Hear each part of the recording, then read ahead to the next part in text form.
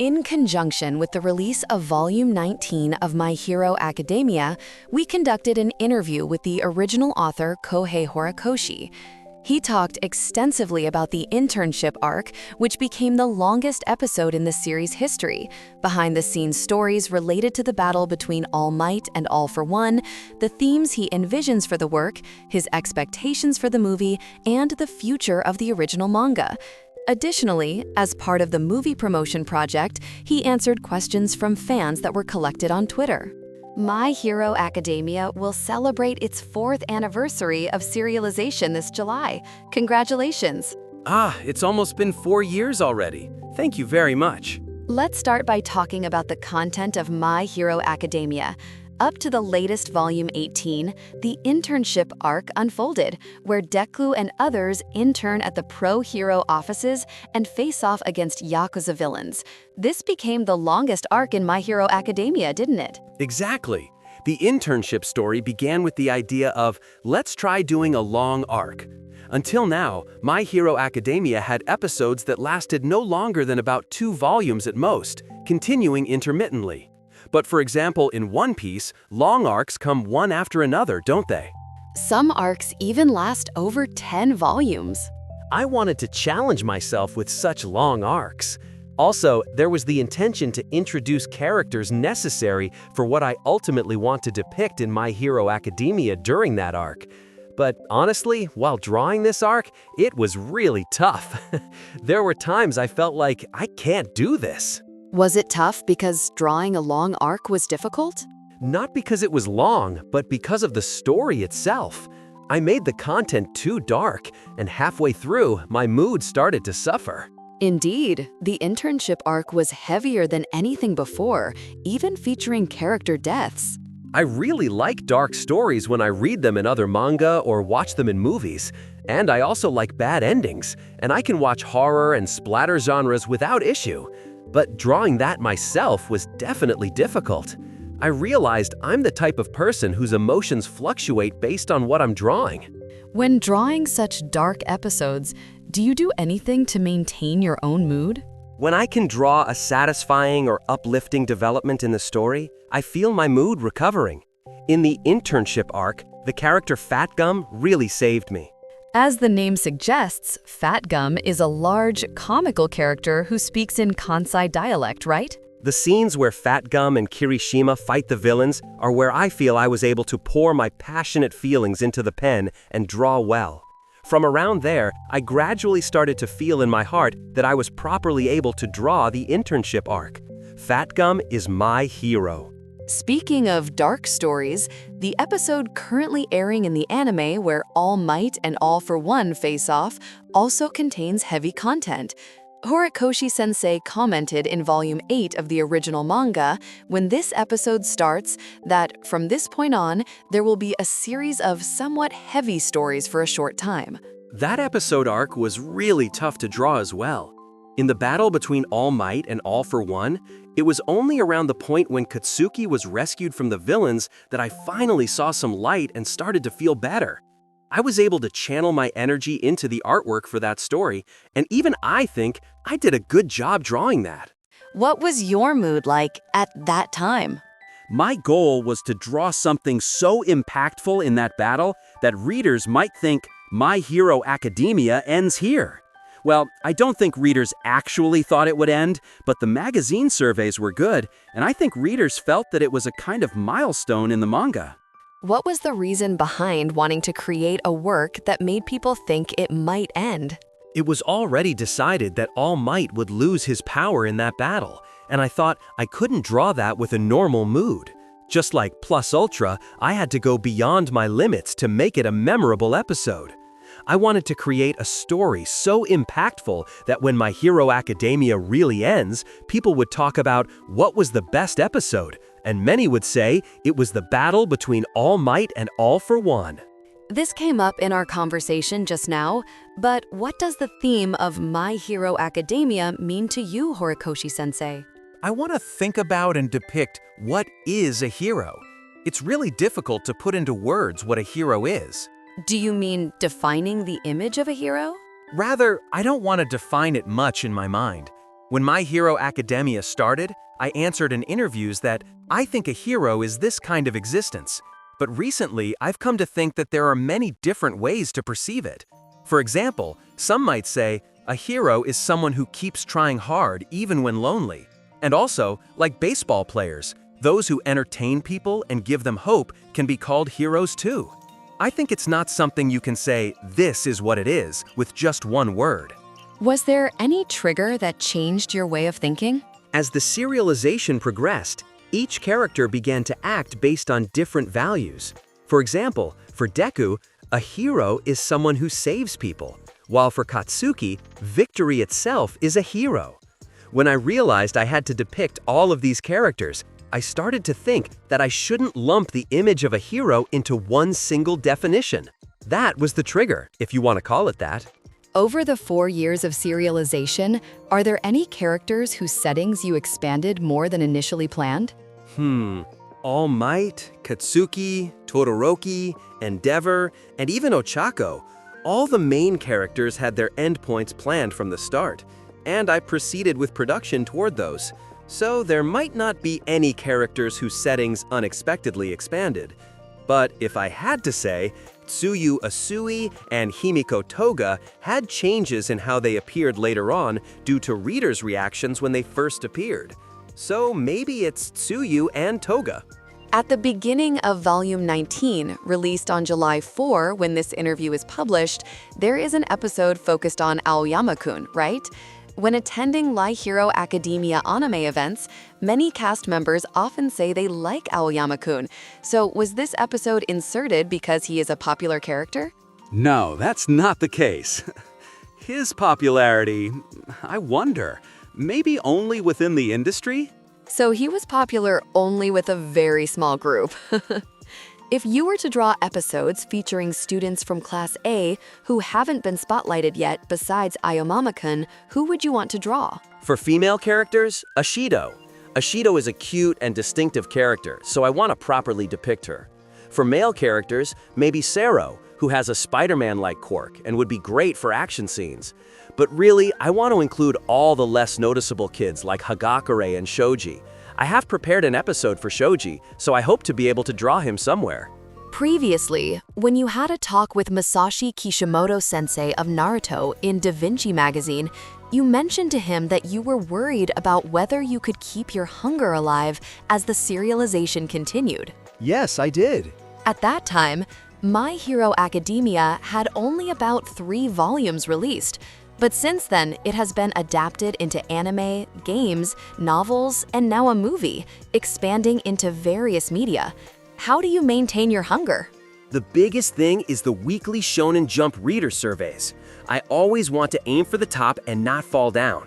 My Hero Academia often fluctuates in the surveys, and sometimes it drops when things aren't going well. So I want to draw amazing stories and get first place. And I create highlights thinking about winning first place with the current story arc in Jump.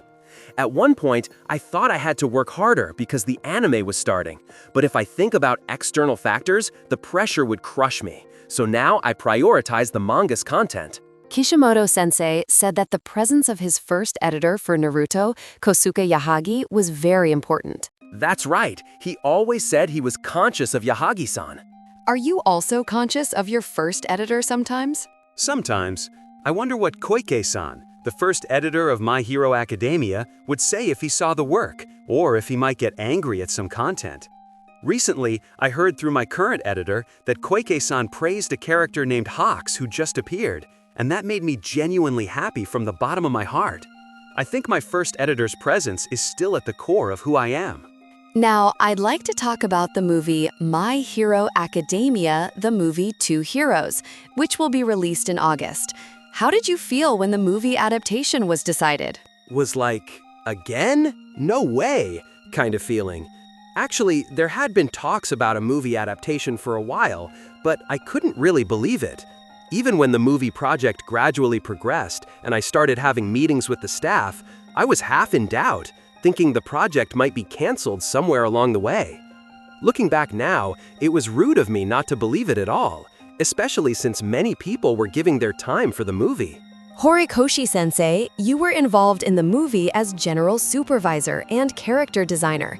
Specifically, what kind of work did you do?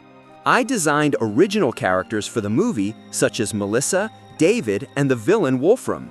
I also discussed with director Nagasaki and the staff about what kind of story the movie should be and what should happen within it. Additionally, I read the scripts that came in and gave opinions on the direction. What kind of things did you talk about with the movie staff? It's different from going back to the beginning of the original manga's first chapter, but I told them I wanted the story to be about Deku working hard properly. Also, we talked about making the movie enjoyable even for people who don't know My Hero Academia. And since it's a movie, we wanted to send Deku and the others somewhere for an outing. The movie is set in a huge city floating overseas, with the setting that the young All Might studied abroad, and it features American townscapes as well. I have created timelines for each character, and since All Might had a history of studying abroad in America, I expanded and shaped that setting. From the preview footage I saw, I felt that a lot of effort was put into the animation of the battle scenes. Yes, I haven't seen the completed movie yet, so this is just my impression from watching the trailer, but the characters moved a lot, so I want readers to definitely watch it in theaters. Also, a highlight is the joint fight between Deku and All Might, which hasn't been depicted in the original manga. Since the original manga's All Might has lost his power, the joint fight with Deku is a scene that can't be depicted in the current timeline, right? Exactly. The movie tells the story before All Might and All for One fight, so the joint battle scenes are something you won't see in the original manga going forward. I want fans to look forward to it. Actually, as part of the movie's promotional campaign, we collected questions for Horikoshi-sensei on Twitter, and this time we'd like you to answer 4 carefully selected questions from those. Ah, just 4 questions out of the selected ones? I had heard about the campaign beforehand, but I thought only 4 questions were submitted. Actually, there were more than enough questions to do 100 questions and 100 answers. So, the first question is, does UA High School have club activities? Also, if the kids in Class 1A belong to any clubs, what clubs do you think they would be in? At UA High School, there are regular courses and business courses, so there are clubs in a way, but the Hero Course students usually don't join clubs. Of course, it's free to join, but they rarely can participate in activities. Perhaps, related to Shinso, who belongs to the regular course, there might be a little bit of club-related talk in the main story in the future. For example, which clubs do you think Deku or Katsuki would belong to in your mind? Maybe Deku would be in the Video Research Club. Katsuki, I wonder what club he'd be in. The fighting club? Not the boxing club, then. He'd probably dislike being bound by rules, so I don't think he'd do boxing. He might not even join any club at all. Next question. Are there any emotions or lines in the manga that are based on your own experiences? There are a lot. For example, in Volume 11, there's a scene where young Deku plays pretend with his mother, and that's something I actually did with my mother.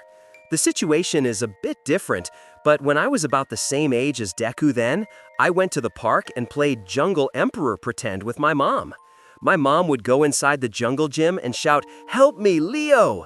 And I, playing Leo, would rescue her. That memory left a strong impression, and I drew that in the manga.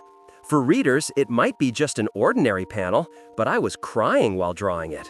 So, My Hero Academia is sprinkled with Horikoshi-sensei's own experiences. Yes, the episode about Amajiki's transfer in Volume 16 is also based on my real experience. That's the story where Amajiki, who couldn't fit in right after transferring, becomes friends with Mirio and uses that as a starting point to join the class circle, right? When I moved from elementary to middle school, I went to a school outside my district. Since it was outside the district, I didn't know anyone, and the other students had already formed groups because they were promoted from the same school, so there was a sad period where I was alone, head down on my desk. And then you found a friend like Mirio. Yes, that friend told me, "You're not such a gloomy person," and helped me join the class circle. This story might sound kind of gross, right? Not at all. For readers who like Amajiki, they might not want to hear this kind of episode. They might be like, so that was Horikoshi's memory, huh? But when I put my own memories into a character like that, it really fuels my feelings when I draw. Now, the third question. Which quirk do you think, if I had this quirk, I'd want to try using it? Also, where would you want to use it? That would be Todoroki's. I'm not good with heat, so I'd want to use his ability to cool down my surroundings when it's hot. When I draw Todoroki, I often think, this quirk is great. That's a very practical answer. Lastly, the question is, please tell us what inspired you to become a manga artist. I've loved drawing since I was little, and back then, the only profession I knew related to drawing was a manga artist, so I thought, I want to become a manga artist. To give an episode, during elementary school, I liked drawing a character named Krister Myman from Mega Man X2. My friends praised my drawing and said, give me that drawing, which made me really happy. And for some reason, at that moment, I decided I want to become a manga artist in the future. That's the kind of memory I have. Lastly, please tell us about the future development of My Hero Academia. Previously, when My Hero Academia won the manga category at Sukoi Japan, you said you wanted to keep the story as short as possible. How much of the overall story do you think you have drawn so far? Assuming I can continue the serialization in the future, the volume count where I want to end the story in my mind is a little over volume 30. So does that mean you have already drawn about 2/3 of the story? That was my intention, but recently, when I calculated backwards from the ending how many episodes I still need, I realized that 30 volumes wouldn't be enough. However, all the episodes I'm currently working on are meaningful in relation to the ending, so I'm conscious of the final chapter and have reached the halfway point. At the beginning of today's interview, you said that in the internship arc, you introduced characters necessary for the episodes you ultimately want to draw. So the characters are now all gathered as you approach the final stages? The cast is assembled, and from here, the characters will start to move. It's not the final battle yet, but I'm drawing with the ending of the manga in mind. Volume 19 will have many bright episodes like the Cultural Festival. Please give a message about the highlights of the new volume. The Cultural Festival focuses on Jiro, a girl from Class A. I tried to consciously draw her cute face a lot, so I hope not only those who like Jiro, but also those who haven't really paid attention to her before will enjoy it.